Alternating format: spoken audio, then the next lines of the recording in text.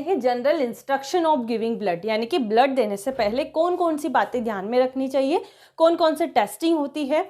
तो सबसे पहले बात करें, donor shall be free of disease, यानी कि जिस डोनर का हमने ब्लड लिया है उसके अंदर ऐसी कोई डिसीज नहीं होनी चाहिए जो कि रेसिपिएंट के लिए घातक हो सकती है। तो उसके लिए हम टेस्टिंग करते हैं प्रॉपर। तो टेस्टिंग अच्छे से होनी चाहिए, जैसे कि HIV हो गया, हेपेटाइटिस हो गया, तो ऐसी कुछ बीमारियां हैं जो कि जानलेवा हो सकती है, तो उनकी प्रॉपर टेस्टिंग होनी चाहिए। Before transfusion of blood, the ABO grouping, RH typing and cross matching of patient and donor should be done, यानी कि जिस भी डोनर का हमने ब्लड लिया है उसकी और पेशेंट की दोनों की प्रॉपर ग्रुप होना चाहिए, ग्रुपिंग होना चाहिए, RH टाइपिंग होना चाहिए और क्रॉस मैचिंग होनी चाहिए। ठीक है, तो इससे हमको ये कंफर्म हो जाता है कि हाँ हम ये वाला ब्लड जो है इस पेशेंट को दे सकते हैं। Recipient sample and donor blood proper labelled, यानी कि जो रेसिपिएंट का सैंपल है जो कि हॉस्पिटल से आया है उसके साथ में एक फॉर्म आता है, तो वो प्रॉपर फिलअप होना चाहिए और जो पेशेंट का सैंपल है वो प्रॉपरली लेबल्ड होना चाहिए। उसके ऊपर पेशेंट का नाम, उसके पिताजी का नाम या फिर पति का नाम होना चाहिए। जो भी उसकी ID है, पेशेंट ID, वो उसके ऊपर होनी चाहिए। और डोनर का ब्लड प्रॉपर लेबल्ड होना चाहिए। डोनर का ब्लड मतलब कि जो भी ग्रुप उसका है एक लेबल्ड आता है, जैसे A पॉजिटिव का अलग आएगा, B पॉजिटिव का, तो वो लेबल उसके ऊपर लगा हुआ होना चाहिए। उसके साथ ही कलेक्शन डेट और एक्सपायरी डेट उस पर लिखी होनी चाहिए। उसके ऊपर भी पेशेंट का नाम लिख दे ताकि जिसके लिए भी ब्लड जा रहा है तो उसमें कोई कन्फ्यूज़न ना हो।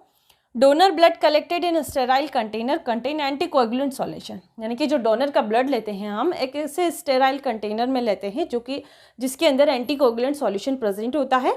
एंटीकोएगुलेंट सॉल्यूशन कौन कौन से, जैसे एसिडी प्रेजेंट होता है, CPDA होता है या फिर सेगम होता है। ये सारे सॉल्यूशन प्रेजेंट होते हैं जो कि उसकी लाइफ स्पान को बढ़ा के रखते हैं ब्लड को, जब हम उसको स्टोर करते हैं। Maintain blood storage, blood storage maintain करके रखना है, यानी कि जो भी स्टोरेज टेम्परेचर है आपका, जैसे ब्लड रेड सेल की बात करें तो उसको 2 to 6 डिग्री सेल्सियस पे हम रेफ्रिजरेटर में स्टोर करके रखते हैं। वो डिपेंड करता है कि एंटीकोगुलेंट के ऊपर कि कितने टाइम तक आप उसको स्टोर करके रख सकते हैं। जैसे कि अगर उसके अंदर CPDA है तो हम उसको 35 डेज तक स्टोर करके रख सकते हैं, और अगर उसके अंदर सिगम है तो उससे हम 42 डेज तक हम उसको स्टोर करके रख सकते हैं।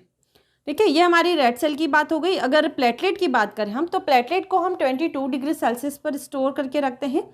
ठीक है, और उसका लाइफ स्पान जो होता है वो बहुत ही कम दिन का होता है, 5 दिन का होता है। 5 दिन तक हम उसको स्टोर करके रख सकते हैं, उसके बाद हम उसको डिस्कार्ड कर देते हैं। उसको किसी को भी चढ़ा नहीं सकते। ठीक है, प्रॉपर डोनर स्क्रीनिंग होनी चाहिए। डोनर स्क्रीनिंग मतलब कि जो भी डोनर ब्लड देने के लिए आया उसका वेट, उसका हीमोग्लोबिन, उसकी पल्स रेट और बाकी उसको कोई बीमारी नहीं होनी चाहिए, उसने वैक्सीनेशन तो नहीं करवाया है, अभी ड्रिंक तो नहीं कर रखी, तो ये सारी प्रॉपर स्क्रीनिंग उसकी होनी चाहिए कि वो ब्लड देने के लायक है या नहीं। प्रॉपर टेस्टिंग मैंने आपको बता ही दिया है। तो ये सारे जनरल इंस्ट्रक्शन है जो कि ब्लड देने से पहले हमें ध्यान में रखनी।